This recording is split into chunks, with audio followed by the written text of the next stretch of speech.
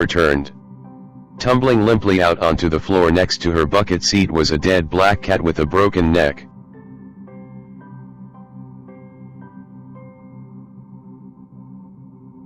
What were the feds actually there for, though? Let's take a look at the actual court case that happened well after these events. This is a substantially shortened version.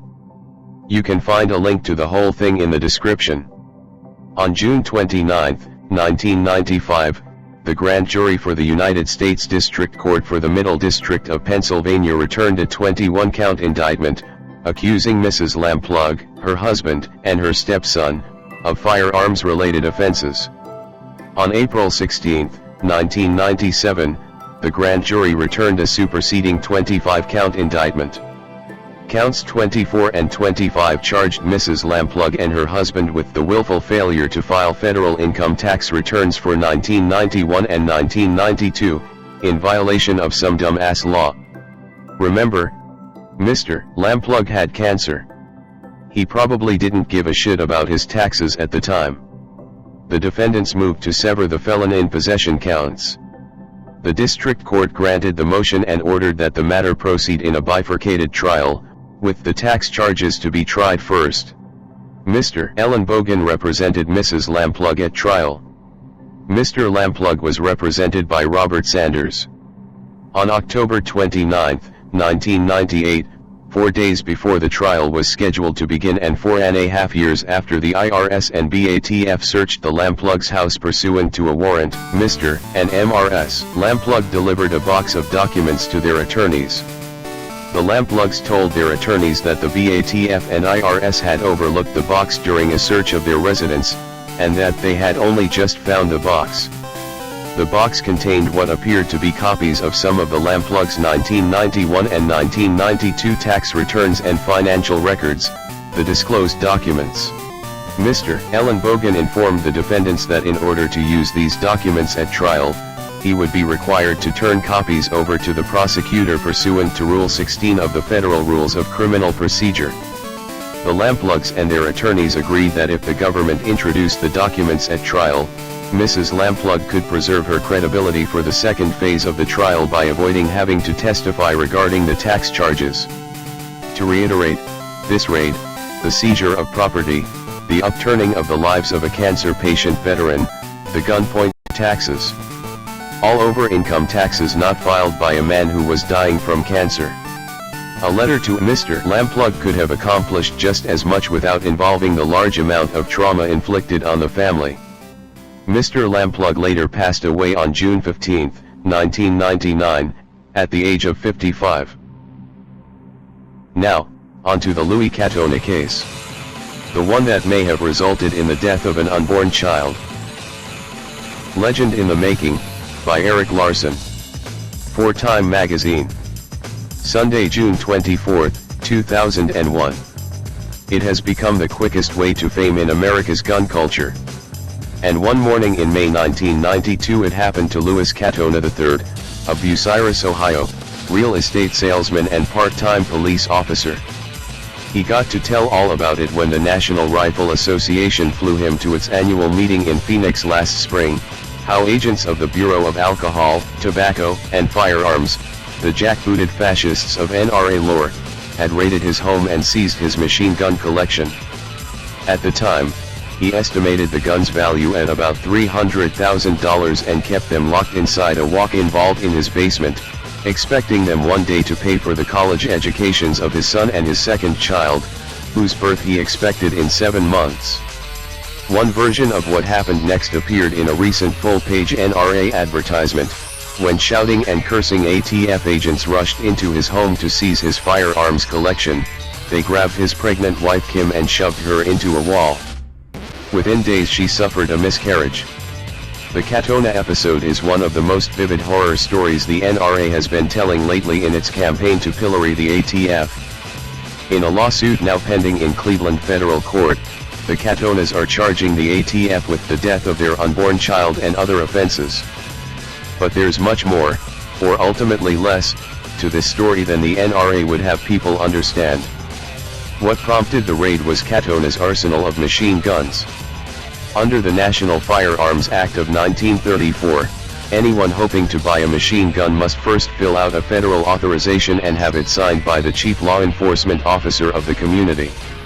Until September 1988, Katona was an auxiliary Bucyrus police officer and took his forms to his boss, Chief Joseph Barron, an immense, bearded man with a shaved head and a passion for Harley-Davidson motorcycles. At one point, Katona claims, the chief pre-signed a large stack of forms. Barron denies it. During the summer of 1988, their relationship decayed. The department demanded that Katona turn in an old Bucyrus police chief's badge that his father had bought for him at a gun show. The department claimed it had been stolen long ago from another collector. When Katona refused, he was forced to resign. Meanwhile, Crawford County Sheriff Ronnie Shaver had persuaded almost all the county's police chiefs to agree to a moratorium on authorizing machine gun purchases. Barron agreed. In August 1989 he wrote to Katona, "Dear Lewis, I'm sorry, but I am not signing these forms any longer." Over the next 2 years, however, Katona kept buying machine guns and submitting the required forms to ATF, all apparently bearing the chief's signature. In choosing the targets of its investigations, the ATF relies heavily on tips from local police. In March 1991 the Cleveland office of ATF got a call from Sheriff Shaver, who had come to suspect, erroneously, that out-of-towners were buying machine guns from Louis Katona's father, Louis Katona Jr., a licensed dealer, and then listing false local addresses on their registration forms. The ATF waited almost a year before dispatching Compliance Inspector Thomas Scofies to check the elder Katona's records. In the process he stumbled across records of the son's purchases and quickly became suspicious, according to an ATF affidavit. He showed Barron a form with the chief's own signature, but Barron said he could not have signed it, he had honored the moratorium. Scofies alerted ATF's Cleveland office. Soon afterward, Special Agent Lance Kimmel met with Barron and showed him more forms bearing his signature but dated after his letter to Katona. The chief denied signing them. In a deposition, Kimmel said, "I had all the probable cause in the world to believe that the firearms had been transferred illegally, and there had been a mass forgery of documents that took place." A federal magistrate agreed and on May 7, 1992, authorized a search warrant. In contrast with a recent NRA ad that showed a photograph of ATF agents in battle gear rushing toward the reader, the raiding party that stormed Bucyrus the next morning consisted of 3 ATF agents, one in a suit, the rest casually dressed. No one brandished any weapons. As a matter of protocol, they invited Bucyrus police officer Jerry Agee to come along. While Agee and Special Agent Stephen Wells waited outside Katona's house, Agent Kimmel and Group Supervisor Stephen St. Pierre went to Katona's office and waited for him to return from an errand. They told him they had a warrant to search his house. As the search began, according to Officer Agee, Katona offered the raiders coffee and pop.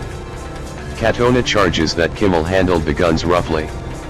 He started holding the guns one at a time up to his belt level and turning to me and giving me a little sneer and dropping them one at a time on the concrete, Katona stated in a deposition. Officer Agee told ATF Internal Affairs investigators the height was more like 3 to 6 inches. Agent Wells said he and his colleagues took good care of the guns. But the most infamous moment came midway through the search when Katona's pregnant wife Kimberly arrived, furious at the intrusion and embarrassed that the agents would see her laundry room. Seconds later, the Katonas say, ATF Supervisor St. Pierre grabbed Kimberly and slammed her against a wall, shouting, "Get this woman the hell out of here." But Agent Agee and lawyer James Pry both said the agents did not handle Mrs. Katona roughly. She began bleeding that night, the Katonas charge, the beginning of a miscarriage. 10 days later she underwent a pelvic ultrasound examination, but medical record an unexpected discovery, an intrauterine gestational sac without embryonic echoes, suggesting a blighted ovum. 3 specialists, asked by Time to review Kimberly Katona's records, agree in their conclusion, She had lost her baby well before the raid even began. The sac was empty, but her body had continued to develop as if the pregnancy were viable. Says Elon Timur, head of Columbia University's Obstetrics Gynecology Ultrasound Unit, that bleeding would have come sooner or later anyway, whether there had been a raid or not. ATF won an indictment against Katona, but handwriting experts for both sides agreed they had found no conclusive evidence linking the alleged forgeries to Katona or anyone else. As a result, the judge dismissed the case. Kimberly Katona, in a tear-filled deposition, said the agents didn't have to raid the house but could simply have asked Katona to explain how he got the signatures on the forms. ATF Director John Magaw agrees, saying the agents should have asked themselves some questions first. What is this we're trying to enforce? What is the danger to the public here? He adds, we're going to work a case like this differently in the future. But Sheriff Shaver wonders why the case got tagged as an example of federal abuse in the first place. It just baffles me, he says. Because it would appear to me that there was something going on there. There were forged documents. Sheriff Shaver doesn't seem to place that the documents were forged by the Chief Law Enforcement Officer Barron himself, when he blanket signed a large number of forms for Mr. Katona.